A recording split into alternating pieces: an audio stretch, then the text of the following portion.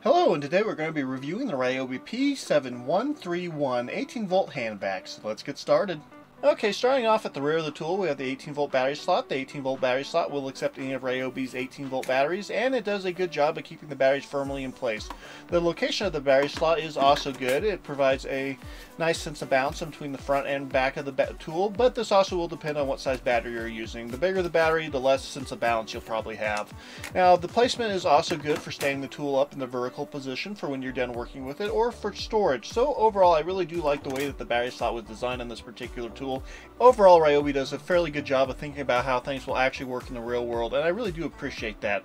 But that doesn't mean that they don't make some stupid decisions, but we'll get to that in a minute. But as for the battery slot, it's good on this particular vacuum.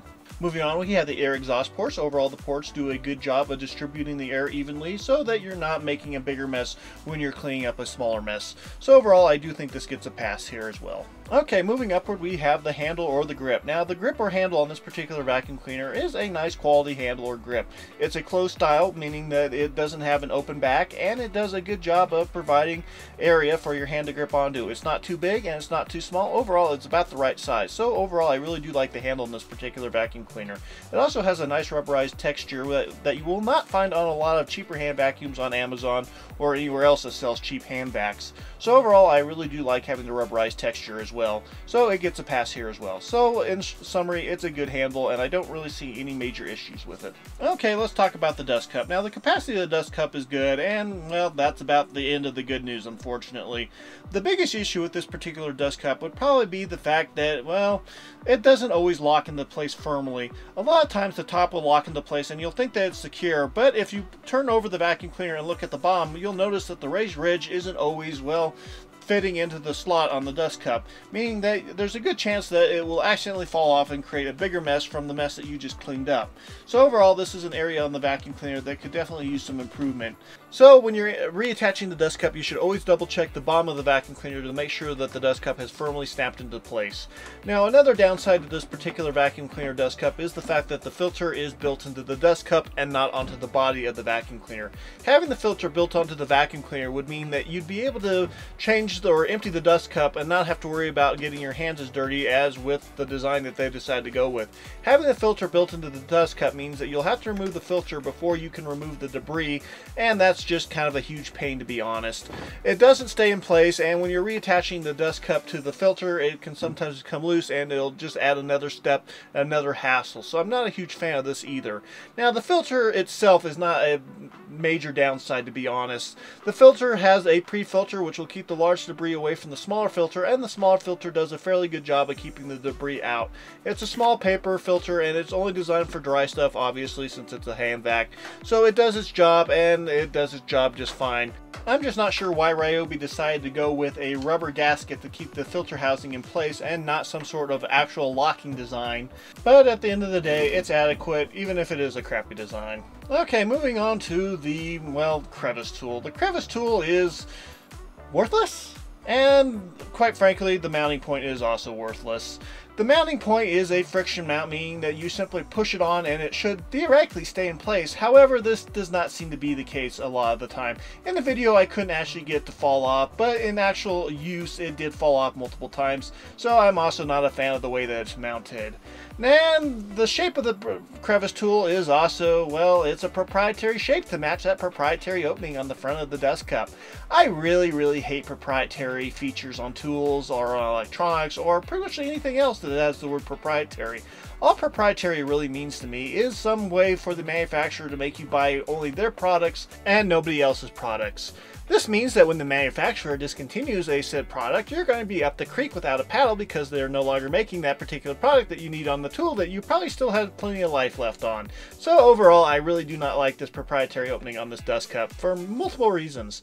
The Crevice Tool itself is, well, it's fairly worthless. The shape of it is, well, it's that unique shape, which isn't bad when it comes to suction, but the overall length of it is, well, it's completely worthless. You can't get into the crevice in between the seats in the vehicle. You can't get underneath the refrigerator. I don't know. It just is completely worthless, and I have no particular use for this Crevice Tool, and if it hadn't been included, I probably wouldn't have even cared, to be honest.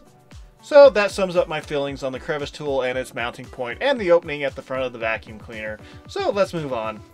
Moving to the top of the vacuum cleaner, we have the dust cup removal button. It's a simple button and it works just fine. You press it to remove the dust cup and that's about it.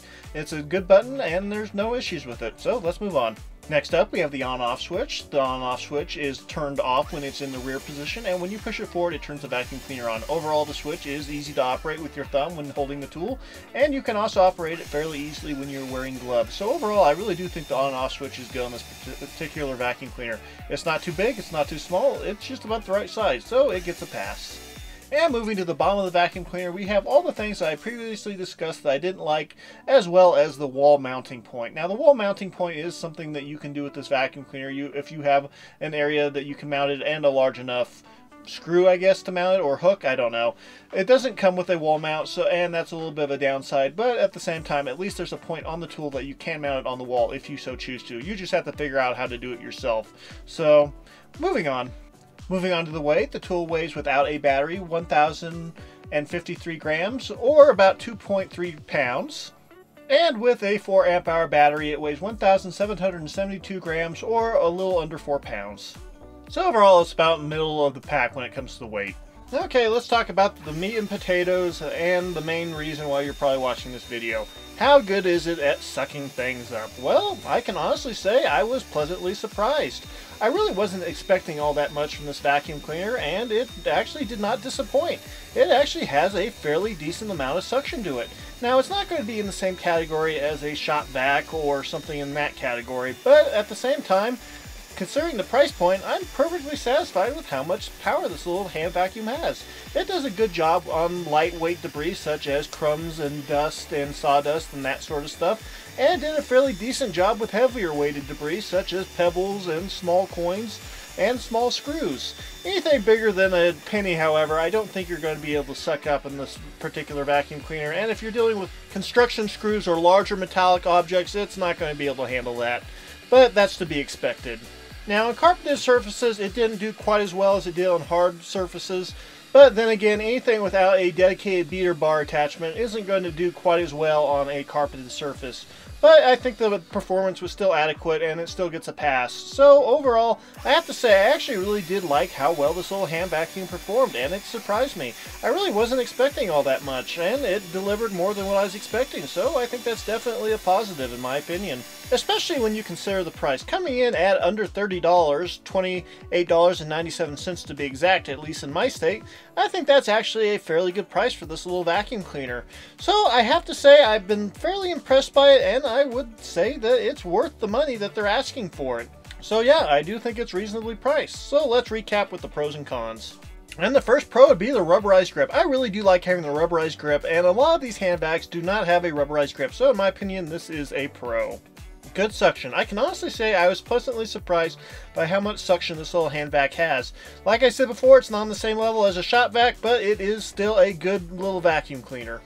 18 volts. Overall, having it be 18 volts means it's compatible with all your Ryobi power tool batteries that are 18 volts, and if you wish to adapt another battery from a different platform, such as DeWalt or Makita or Milwaukee, you do have that option if you buy a third-party adapter. So overall, I would definitely consider this to be a pro. Lightweight. Overall, this is a fairly lightweight vacuum cleaner, and if you pair it with a lightweight battery, it does a fairly decent job at staying lightweight. So this is definitely a pro in my opinion. Mountable. Overall, it is able to be mounted on a wall or on a pole or wherever else you want to mount it, as long as you can figure out how to do it, since there isn't one included. And the first meh would be the filter housing. Now, the filter housing isn't bad. It does its job, and it does its job okay. I just don't like the way that it's designed. I don't like the way how it sits in the dust cup, and you have to remove it in order to empty the cup. So it's not really that big of a con, but it's not a pro either. It's just meh. Tricky dust cup. Overall, the dust cup is okay and it does its job. I just don't like the fact that the bottom tab doesn't always snap into the slot when you're reattaching the dust cup. So you definitely have to watch that when you're reattaching the dust cup after emptying it. But as long as you keep that in mind, you won't have any issues and it will do its job. And the first con would be the Crevice Tool. Now, normally I'm all for having as many possible options on a vacuum cleaner as possible. But not in this case. This crevice tool is just so completely and utterly pointless that it doesn't even sit on my vacuum cleaner. It sits in a drawer somewhere where I'll probably forget about it and eventually give it away not knowing what it goes to. Simply because it's just too short and it's just not good for anything. When it's on the vacuum cleaner, it falls off and you have to pick up and reattach it, and it's a pain. I really don't like it, and I don't really care for it, and I don't really care about it. So in my opinion, this is a con. And the second con would be the crevice tool holder. I know I forgot to put tool in there, but I was trying to make it look pretty. So overall, the crevice tool holder is also completely worthless, and it doesn't really do its job all that great. So in my opinion, this is the con. And the biggest con would be the proprietary inlet port. The proprietary inlet port is definitely a pain and will limit you on what you can do with this vacuum cleaner and what attachments you can use. AKA, you really can't use any attachments. Now, I do know there are some third-party or some homemade adapters out there, and you could possibly buy one of those, but those adapters usually range in about the $20 to $30 range, and quite frankly, that's the same price as the vacuum cleaner, so it just seems a little pointless in my mind. So in my opinion, the proprietary inlet port is a major con. And the last con would be no wall mount included. It has a point where you can mount on a wall. You just don't have a wall mount to do it with, so you'll have to build one yourself. So in my opinion, this is definitely a con, but it's not a huge one. And that is it for the pros and cons. Final thoughts on this particular hand vacuum. Overall, I actually was fairly surprised by how much power this little hand vacuum has. But unfortunately, it is limited because of that stupid proprietary suction port on the front. And the filter housing isn't that great either. And the crevice tool is completely and utterly worthless. But if your goal is to only clean up the occasional dirt clod on that hardwood floor or that tile floor in your kitchen, or if it's just to clean up your workbench from some sawdust, this little vacuum cleaner will be more than adequate to fill those needs. And the price point isn't bad either. At under $30, it is a recommendable little hand vacuum. Of course, there is something on the horizon that will probably fix most of my complaints, but it hasn't technically been released yet, so we'll just have to wait for that to be released. And once it is released, I'll probably upgrade to that. But in the meantime, this still is a decent little vacuum cleaner, and if you get it as part of a kit or as a freebie or something like that, it is a good little vacuum cleaner and one I would hold on to. So it does come recommended. And that is it for this video. If you liked it, please like and subscribe, and we'll see you next time. God bless.